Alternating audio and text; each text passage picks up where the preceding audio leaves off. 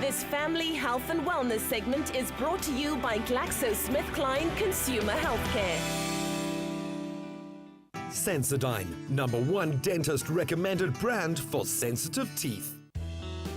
You often hear about people who suffer from tooth decay, and if you're not mindful of your own oral health, it can also happen to you. Here to tell us more about this condition, I'm with Cape Townian-based dentist Dr. JJ Serfontein. Dr. Serfontein, what is tooth decay and how prevalent is it? Does it occur in both adults and children? Tooth decay or dental caries is a disease of the oral cavity whereby bacteria find their way into the tooth structures and into the tissues of the tooth and attacking it and destroying it from the enamel layer all the way down to sometimes the bone and the ligament of the teeth. And what's important to know is that tooth decay and dental caries next to the common cold is actually the most common disease that the human body can actually experience. So therefore we are all susceptible to tooth decay. We have two different sets of teeth. We have the primary teeth going into the adult teeth and we see with regards to prevalence that the prevalence actually picks up through both these phases. As we basically expose our mouth and our oral cavity to daily use, we will become more susceptible for different reasons. How does tooth decay occur? First of all, we have plaque forming on the teeth. Now, plaque forms from everything else in the oral cavity, the main two ingredients being complex sugars and bacteria.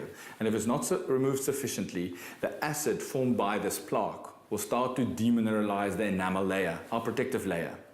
Now, once it starts breaking down, we have a cavity formation, and this is where the bacteria now enters the tooth. So we see that dental caries and dental tooth decay doesn't originate from the bacteria itself, but it's once the bacteria reaches the inside of the tooth where destruction and breakdown now starts. What happens if it's left untreated? Okay, now the first thing to remember here is that the tooth structures and the tissue of the tooth, like the brain and the heart tissue, cannot regenerate itself. All right, this is very significant because the thing is the body can't protect it itself. So once the enamel layer is broken down and the bacteria has reached the inside, we need to intervene and we physically need to remove these bacteria. Otherwise, now we will see that the bacteria will destroy the tooth from the outside to the inside. And then, of course, can create total havoc and breakdown, as we said, not just in the tooth, but also in all the surrounding structures. How do you avoid tooth decay? And there's two things. You can look at your diet and we can look at your oral hygiene regime, all right? When we look at the diet, stay away from high acids and complex sugars. People normally associate the chocolate and the candy with it, but also starches, so in other words, your rice and your pastas. Then we look at the oral hygiene regime.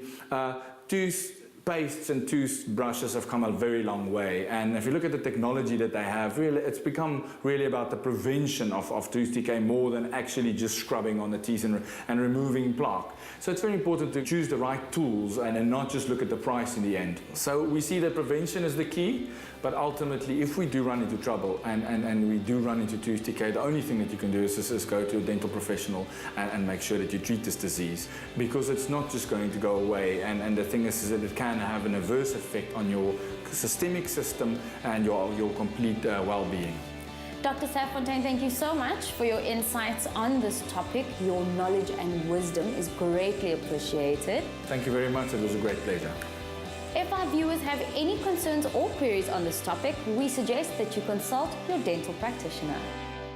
Sensodyne, #1 dentist recommended brand for sensitive teeth.